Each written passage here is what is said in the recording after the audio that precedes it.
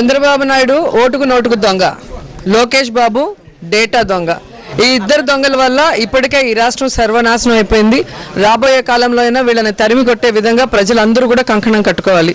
ఎందుకంటే వీళ్ళు చేసే ఎదవ పనులు, గతంలో ఓటు నోటు కేసు కానీ ఇప్పుడు డేటా కేసు కానీ, ఏది ఎదవ పని చేసినా అది వెలుగులోకి వచ్చినప్పుడు వెంటనే పార్టీ మొత్తం గగ్గోలు పెడుతూ దొంగే దొంగ దొంగ అన్నట్టుగా ఎవరో ఏదో చేసేశారు, ఇది 2 రాష్ట్రాలకు సంబంధించిన సమస్యగా దాన్ని చిత్రీకరించడం మనం గమనిస్తూనే ఉన్నాం. కానీ ఇప్పటికైనా ప్రజలు మేల్కోవాలి. వాళ్ళ ఛానల్స్లో చూపిస్తున్నదంతా కూడా అబద్ధం. వాళ్ళు నిజంగానే సేవామిత్ర యాప్ ద్వారా మన యొక్క బ్యాంక్ అకౌంట్స్ కానీ, మన ఆధార్ కార్డ్ డీటెయిల్స్ కానీ, మన ఓటర్ ఐడి డీటెయిల్స్ కానీ, మన ఫోన్ డీటెయిల్స్ అన్నీ కూడా తీసుకొని ఈరోజు మన ఓట్లను గల్లంతు చేసి మన బ్యాంకుల్లో ఉన్న డబ్బును కూడా లూటీ చేయడానికి వీళ్ళు తెరలేపారనేది స్పష్టంగా తెలుస్తుంది.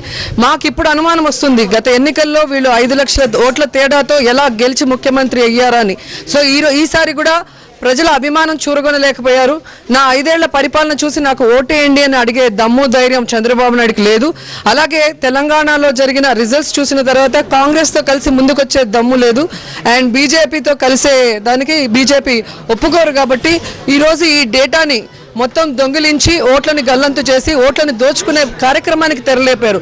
అందుకే అంటాము, గతంలో డేరా బాబా లాగా ఇప్పుడు డేటా బాబు, ఆయన కొడుకు బేటా బాబు ఇద్దరు కలిసి మన డేటాని దోచుకోవాలని చూస్తున్నారు. డేరా బాబు దగ్గరకే వీళ్ళిద్దరిని కూడా అదే జైలుకి పంపించే కార్యక్రమం మనం చేయాలి. ఖచ్చితంగా ఈ డేటా ఎవరైతే ప్రైవేట్ కంపెనీలకు అమ్మారో వాళ్ళని ఎలక్షన్స్లో నించోనీయకుండా వాళ్ళని బయటకి పంపించాలని కూడా, అనర్హులు చేయాలని కూడా మేము డిమాండ్ చేస్తున్నాం. ఎందుకంటే ప్రభుత్వం దగ్గర ఉన్న ఒక డేటాని వాళ్ళకు కావాల్సిన మనుషులకి అది ట్రాన్స్ఫర్ చేశారు అంటే అది కుట్రపూరితం. ఖచ్చితంగా ఈ ఎన్నికల్లో కుట్ర చేసి మళ్ళీ అధికారంలోకి రావాలి అనుకుంటున్నారు. కాబట్టి ఇది ఎలక్షన్ కమిషన్కి విరుద్ధం. సో వాళ్ళు ఖచ్చితంగా మాకు న్యాయం చేస్తారు. ఈ రాష్ట్ర ప్రజలు ఎవరిని కోరుకుంటే వాళ్లే ముఖ్యమంత్రి అయ్యే అవకాశాన్ని కల్పిస్తారని మేము ఎదురు చూస్తున్నాం. ఆ రోజే కనుక చంద్రబాబు నాయుడిని అరెస్ట్ చేస్తుంటే ఈరోజు ఇన్ని తప్పులకి తెరలేచుండేది కాదు. ఆ రోజు మరి ఎందుకు గవర్నర్ గారు కానీ లేదా మోడీ గారు కానీ సైలెంట్గా ఉన్నారో మాకైతే అర్థం కాలేదు. అంటే వాళ్ళ ప్రభుత్వంలో కలిసి ఉన్నారు కాబట్టి ఏ తప్పు చేసినా కూడా సహించాలి అనుకున్నారా ఏంటో తెలీదు. ఇప్పటికైనా ఇలాంటి తప్పుడు ముఖ్యమంత్రులకి శిక్ష వేస్తే మిగతా దేశంలో ఉన్న అన్ని రాష్ట్రాల్లో ముఖ్యమంత్రులకు ఒక భయం ఉంటుంది, ఎవరు తప్పు చేయడానికి ధైర్యం చేయరు. లేకపోతే చంద్రబాబు నాయుడిని చూసి అన్ని రాష్ట్రాల్లో ముఖ్యమంత్రులు కూడా ఇలాంటి తప్పులు చేసే అవకాశం ఉంటుంది.